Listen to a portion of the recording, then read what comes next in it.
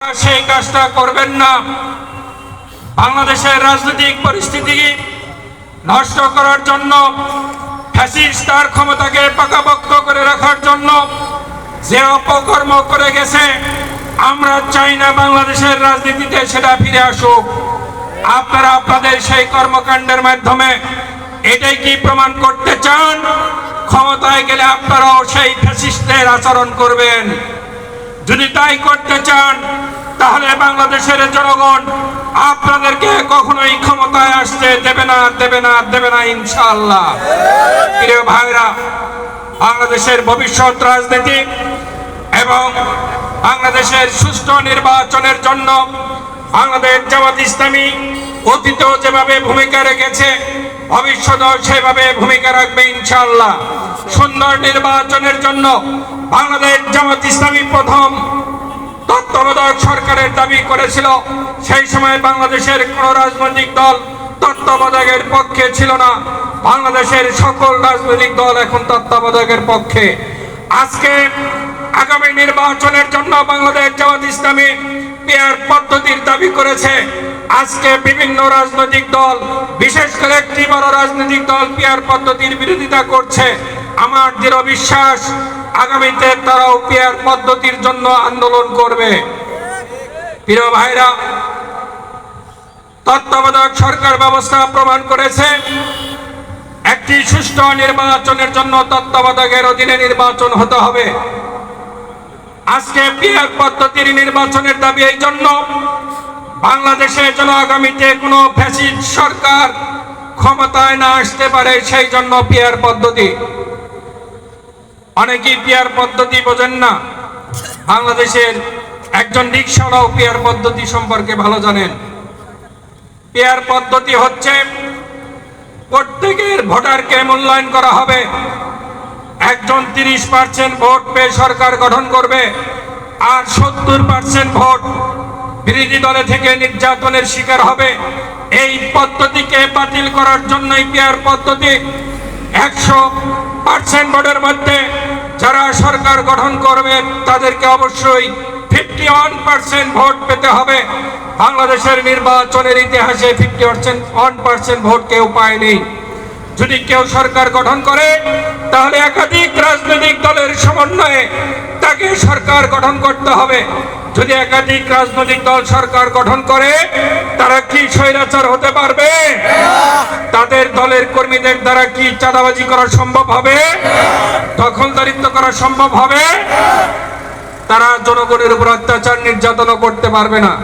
আজকে যদি আমরা দখলদারি মুক্ত, চাঁদাবাজ মুক্ত, স্বৈরাচার মুক্ত একটা বাংলাদেশ গঠন করতে চাই, তাহলে পিয়ার পদ্ধতির বিকল্প কোনো পথ নাই। আজকে পিয়ার পদ্ধতির বিরোধিতা তারাই করে যারা রাজনীতিকে পেশা মনে করে। বাংলাদেশ জামাত ইসলামী কোন নেতা কর্মী রাজনীতিকে পেশা মনে করে না। আমাদের স্বতন্ত্র পেশা আছে। আমরা রাজনীতিকে জনকল্যাণমূলক এবং জনসেবার জন্য কাজ করি। অতএব পিয়ার পদ্ধতি হলে আমাদের কোনো সমস্যা নাই। সমস্যা তাদেরই হবে যারা চাঁদাবাজি করে তাদের সংসার চালায়। কথা ঠিক কিনা? আসুন,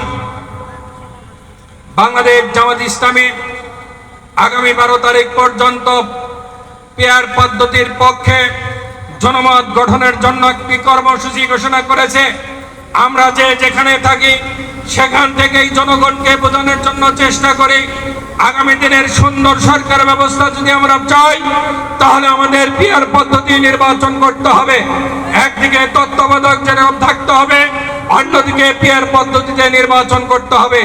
এই পিয়ার পদ্ধতি নির্বাচনের মাধ্যমে আমরা সন্ত্রাস মুক্ত, চাঁদাবাজ মুক্ত, দখলদার মুক্ত এবং বেশি শক্তি মুক্ত এবং কালো টাকার নির্বাচনের প্রভাব মুক্ত একটি নির্বাচন পাবো ইনশাআল্লাহ। আসুন সেই লক্ষ্যেই আমরা জনমত গড়ে তুলি এবং আগামী জাতীয় সংসদ নির্বাচনে জামাত ইসলামী সারা বাংলাদেশে 300 আসনে তাদের প্রার্থিতা ঘোষণা করেছে। বাংলাদেশে এমন কোন রাজনৈতিক দল নেই যাদের পক্ষে সম্ভব হয়েছে এ পর্যন্ত একটি আসনের নাম ঘোষণা করতে। কোন রাজনৈতিক দলের যিনি প্রধান তিনিও ঘোষণা করতে পারেন নাই আমি অমুক কেন্দ্র থেকে অমুক আসন থেকে নির্বাচন করব, কথা ঠিক কিনা? কারণ তাদের নির্বাচনের প্রস্তুতি হয় ব্যালট নমিনেশন পেপার সাবমিটের আগের দিন রাত 12টায়। কারণ এই জন্য তারা এই কাজটা করে। এর মাধ্যমে তারা যাকে মনোনয়ন দিতে ইচ্ছা করেন রাতের আধারে মনোনয়ন দিয়ে তিনি নির্বাচনে অংশগ্রহণ করেন। বাদ বাকি লোক যারা ছিল তাদেরকে কি করেন, আমাদের ভাষা বলা হয় মাহরুম করেন। তাদের মধ্যে কোনো তন্ত্র নাই, যে রাজনৈতিক দলের মধ্যে কোনো তন্ত্র নাই, তারা দেশের মধ্যে গণতন্ত্র কিভাবে প্রতিষ্ঠিত করবে। বাংলাদেশ জামাত ইসলামী একটি গণতান্ত্রিক রাজনৈতিক সংগঠন। আমরা দলের মধ্যে যেরকম গণতন্ত্রের চর্চা করি, রাষ্ট্রীয় ক্ষমতায় গেলে সেখানে আমরা গণতন্ত্রের চর্চা করব ইনশাআল্লাহ। আমাদের আমিরে জামাত ঘোষণা করেছে, জামাত ইসলামী যদি ক্ষমতায় অধিষ্ঠিত হয়, দেশের জনগণ যদি জামাত ইসলামীর উপর আস্থা রাখে এবং দায়িত্ব অর্পণ করে, তাহলে বাংলাদেশ থেকে প্রথম দুর্নীতিকে নির্মূল করা হবে ইনশাআল্লাহ। দ্বিতীয় পর্যায় রাষ্ট্রের সম্পদের যথাযথ ব্যবহার করা হবে।